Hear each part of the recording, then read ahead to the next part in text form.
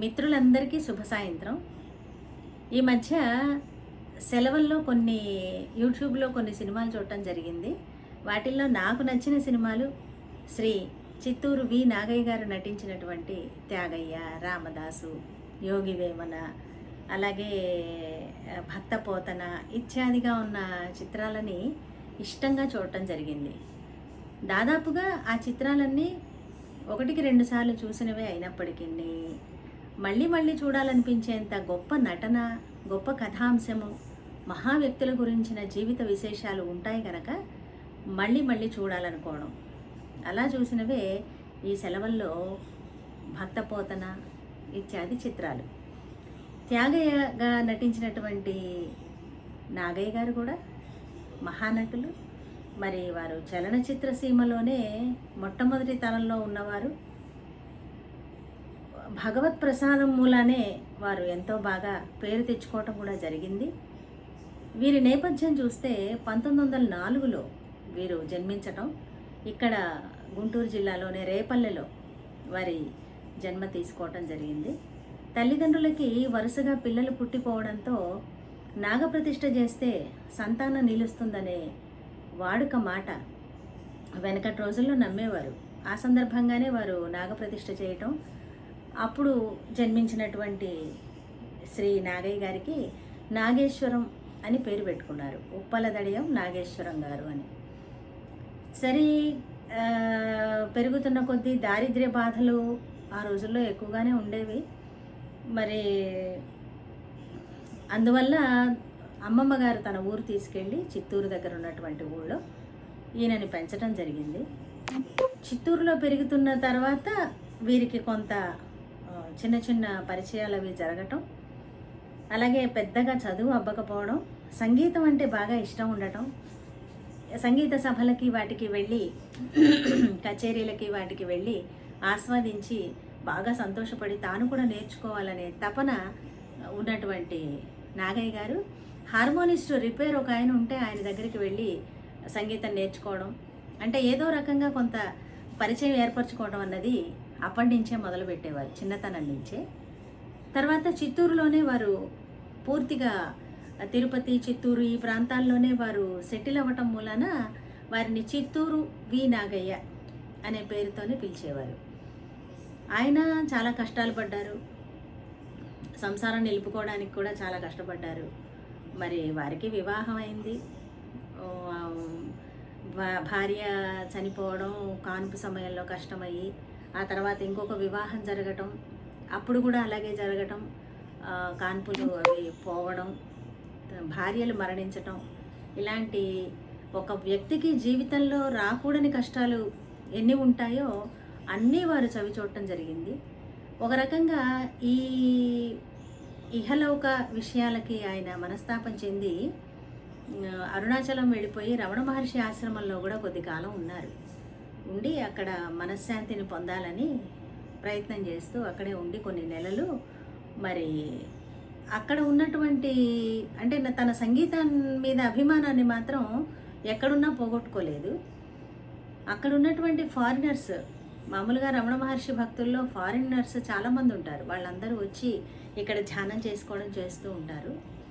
వాళ్ళ ద్వారా కూడా కొంత సంగీతాన్ని ఆయన అవపోసం చేసుకుని పాశ్చాత్య సంగీతాన్ని కూడా నేర్చుకుని భవిష్యత్తులో తాను నిర్మించబోయే, దర్శకత్వం వహించబోయే చలనచిత్రాల్లో కూడా వాటిని ఉపయోగించుకోవడానికి ఆయన సహాయపడ్డట్టుగా అయిందనమాట. అలాగే కర్ణాటక సంగీతాన్ని నేర్చుకున్నారు చెన్నైలోనే. మహారాజపురం విశ్వనాథయ్యర్ గారు, అంటే వీరు మహారాజపురం సంతానం గారి తండ్రి గారు. మాకు డిగ్రీలో చదువుకునేటప్పుడు మహారాజపురం సంతానం గారి కీర్తనలు అవి వింటూ ఉండేవాళ్ళం. ఇప్పుడు ఆయన తండ్రి మన నాగయ్య గారి గురువు అంటే ఎంతో ఆశ్చర్యంగా ఉంటుంది మాకు, నాలాంటి దానికి. సో మహారాజపురం విశ్వనాథయ్యర్ గారి దగ్గర కర్ణాటక సంగీతం క్షుణ్ణంగా నేర్చుకున్నారు. అంత మంచి పాఠం అది, పటిష్టమైన సంగీతం. అలాగే హమీద్ ఖాన్ అనే గురువు గారి వద్ద హిందుస్థానీ సంగీతం కూడా నేర్చుకున్నారు.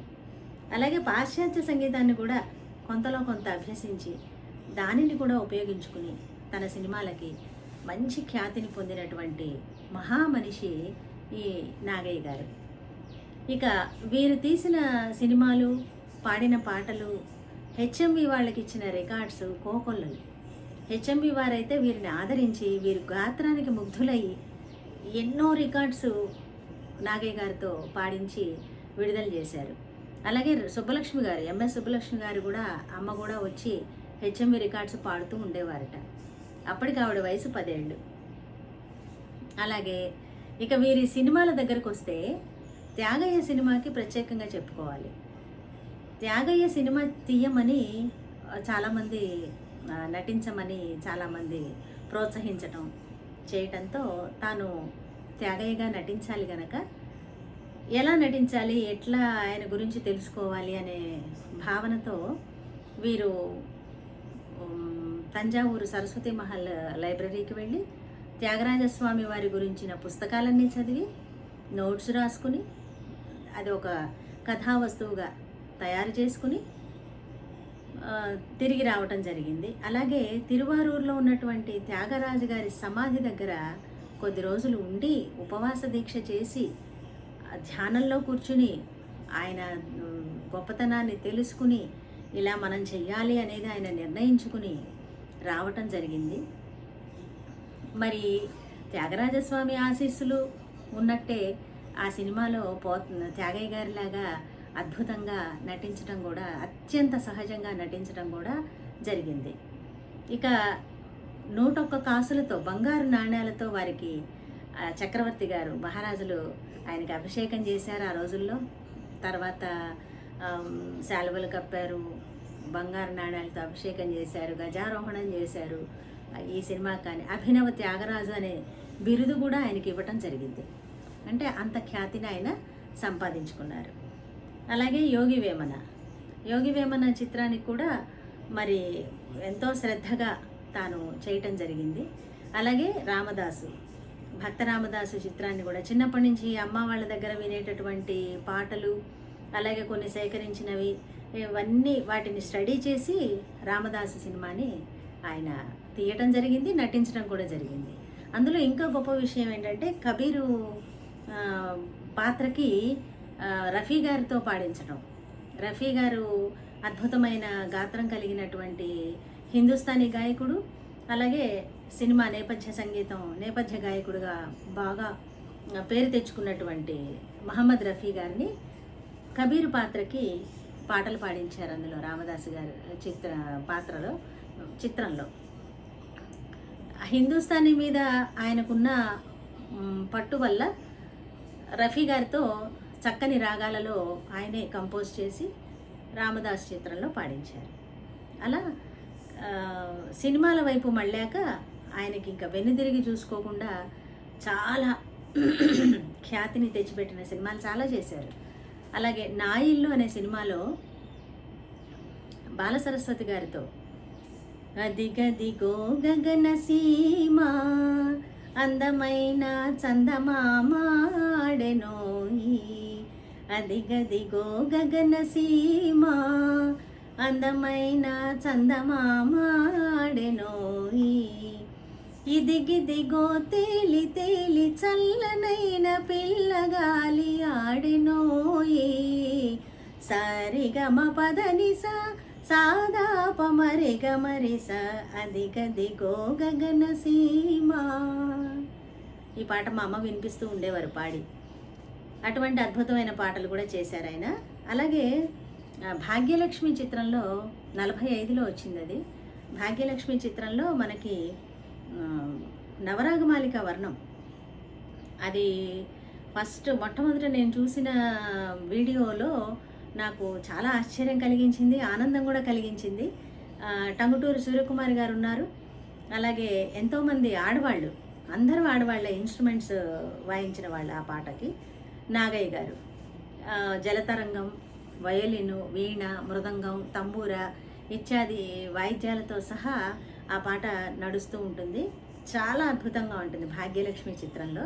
అంటే కర్ణాటక సంగీతానికి పెద్దపీట వేసిన వాళ్ళల్లో నాగయ్య గారు ప్రముఖులని చెప్పుకోవాలి. అలా కూడా పాడించారు ఆయన. అలాగే వందే మాతరం వందే మాతరం చిత్రంలో ఆయన హీరోగా చేస్తున్నారు. అందులో కూడా ప్రజలని ఉత్తేజింపజేసేటట్టుగా, దేశం భక్తిని మేల్కొల్పేటట్టుగా ఆయన చేసిన పాటలు పాడిన పాటలు ఉన్నాయి అందులో.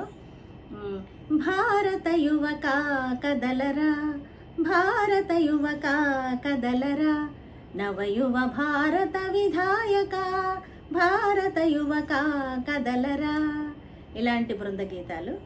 తర్వాత జై జననీ పరమ పావని, జయ జయ భారత జననీ, జై జననీ పరమ పావని, ఇలాంటి పాటలు అందులో మనం వినొచ్చు. అవి నేను చిన్నప్పుడు విని నేర్చుకున్నాను ఆ పాటలు రెండు కూడా. అటువంటి ఉత్తేజపూరితమైనటువంటి దేశభక్తి గీతాలను కూడా అందులో ఆయన పాడటం జరిగింది. తర్వాత మంగళసూత్రం, అంటే వందే మాతరానికే మంగళసూత్రం అనే పేరు కూడా ఉండేది ఆ సినిమాకి, ఇంకొక పేరు. అలాగే 1900 సుమంగళి ఒకటి ఆయన సినిమాల్లో, ఇంకొకటి దేవత. తర్వాత మీరా సినిమాలో, సుబ్బలక్ష్మి గారు నటించినటువంటి మీరా సినిమాలో ఆవిడ భర్తగా వేశారని తెలిసింది. అటువంటి అద్భుతమైన క్యారెక్టర్ని కూడా ఆయన అందులో నటించడం జరిగింది. తర్వాత స్వర్గసీమ భానుమతి గారితో చేశారు ఆయన. ఓహోహో పావురమా అది ఉంది అందులో, రజనీకాంతరావు గారి సంగీతం. అందులో ఘంటసాల గారిని మొట్టమొదటగా పరిచయం చేసింది స్వర్గసీమ సినిమా నుంచే నాగయ్య గారు. తర్వాత 1965లో వీరికి పద్మశ్రీ బిరుదు కూడా ఇవ్వటం జరిగింది గవర్నమెంట్ వాళ్ళు. మొట్టమొదటి దక్షిణ భారతదేశంలో మొట్టమొదటిసారి పద్మశ్రీ బిరుదును పొందినటువంటి గొప్ప నటులు నాగయ్య గారు. ఆ తర్వాత ఆయన పారితోషికం అత్యధికంగా తీసుకునేవారు ఆ రోజుల్లోనే. అంటే డిమాండ్ ఉండేది. గొప్ప నటులు గనక ఆయన్ని అందరూ మెచ్చుకునేవాళ్ళు, అందరూ గౌరవించేవాళ్ళు. ఇంకా త్యాగరాజు సినిమా కోసం, త్యాగయ్య గారి సినిమా నిర్మాణం కోసం ఆయన తన ఆఫీసుకి తన గురువుగారైనటువంటి మహారాజపురం విశ్వనాథయ్యర్ గారిని, అలాగే ఇతర గురువులైనటువంటి నయన పిళ్ళయ్య గారిని, పేరయ్య పిళ్ళయ్య గారిని, మా బెంగుళూరు నాగరత్నమ్మ గారిని, వీళ్ళందరినీ కూర్చోబెట్టి కచేరీలు ఏర్పాటు చేసి తాను కూడా అవన్నీ నేర్చుకుని జాగ్రత్తగా, అంటే అవి పాడాలి సినిమాలో, అవి అలా నిలిచిపోవాలి అని, అంత వారందరి ఆశీస్సులతో ఆయన ఆ సినిమాలో నటించడం జరిగింది. అందుకే ఇంతకాలం అయినప్పటికీ కూడా, ఎన్ని సంవత్సరాలైనా కూడా ఆ సినిమా సజీవంగా నిలిచిపోయి మనందరికీ త్యాగయ్య గారంటే నాగయ్య గారేనా అనిపించేటట్టుగా తీయటం జరిగింది. తర్వాత గృహలక్ష్మి సినిమా మొట్టమొదటిది వీరిది. 36లో మొదలుపెట్టారు, 38లో కంప్లీట్ అయింది. ఇందులో కన్నాంబ గారు హీరోయిన్. తర్వాత అందులో ముఖ్యమైన పాట, అంటే మొట్టమొదటిగా నాగయ్య గారు పాడినటువంటి పాట కళ్ళు మానండోయ్ బాబు అని ఒక పాట ఉంది. అంటే ప్రజలని ఇది కూడా, అంటే దుర్వ్యసనాల నుంచి బయటికి లాగడానికి చేసే ప్రయత్నంలో ఒక పాట రూపంలో పాడటం. ఈ పాట విన్నాకే ఆయనకి మంచి పేరు రావటం, ఆ తర్వాత ఎన్నో అవకాశాలు వెతుక్కుంటూ రావటం, ఆయన నటించడానికి అనేక హీరో పాత్రలు కూడా రావటం జరిగింది. అలాగే హెచ్ఎంవి వాళ్ళు కూడా ఈ వాయిస్ విన్నాకే ప్రైవేట్ రికార్డ్స్ కోసం ఆయన పిలవటం, రికార్డ్స్ చేయించడం కూడా జరిగింది. ఈ సినిమాకి ఆయన తీసుకున్న పారితోషికం 750 రూపాయలట. అంటే ఆ రోజుల్లోనే అత్యధిక పారితోషికం. అసలు ఈయన పారితోషికం మించి వేరే వాళ్ళకి ఎక్కువ ఉండేది కాదు. 50,000 నుంచి 75,000 దాకా పారితోషికం తీసుకున్నటువంటి గొప్ప నటుడు ఆయన. ఎంతో సంపాదించారు, ఎంతో విద్వత్తు, గౌరవం, ఖ్యాతి, కీర్తి, డబ్బు అంతా సంపాదించిన వ్యక్తి కూడా. తర్వాత తను వివాహం చేసుకున్న తర్వాత ఒక భార్యని, మొదటి భార్యకి పిల్లలు పురిట్లోనే పోవడం, తర్వాత భార్య పోవడం, ఆ తర్వాత ఇంకొక వివాహం జరగటం, ఆమెకు కూడా అలాగే అవ్వటం, ఇవన్నీ చూసి ఆయన ఒక రకంగా జీవితాల్లో విరక్తిని పొందినట్లు అయిపోయింది. బయట సినిమా పరంగా చూస్తే చాలా ప్రఖ్యాతి పొందినటువంటి నటుడైనప్పటికీ పర్సనల్గా ఆయనకి జరుగుతున్న లాస్ని ఆయన తట్టుకోలేక కొద్ది కాలం రమణ మహర్షి ఆశ్రమానికి వెళ్ళిపోయి అక్కడ ఉండిపోయారు చాలా కాలం. తర్వాత తెలిసిన వాళ్ళు వెళ్ళి పిలవటం, మళ్ళీ మీరు సినిమాల్లోకి రావాలి, ఏదో ఒక వ్యాపకం కల్పించుకోవాలి అని మళ్ళీ అడగటం మొదలుపెట్టాక జనంలో కలిసిపోయి సినిమా ప్రపంచంలోనే ఎదురులేని మహారాజులాగా వెలగటం జరిగింది.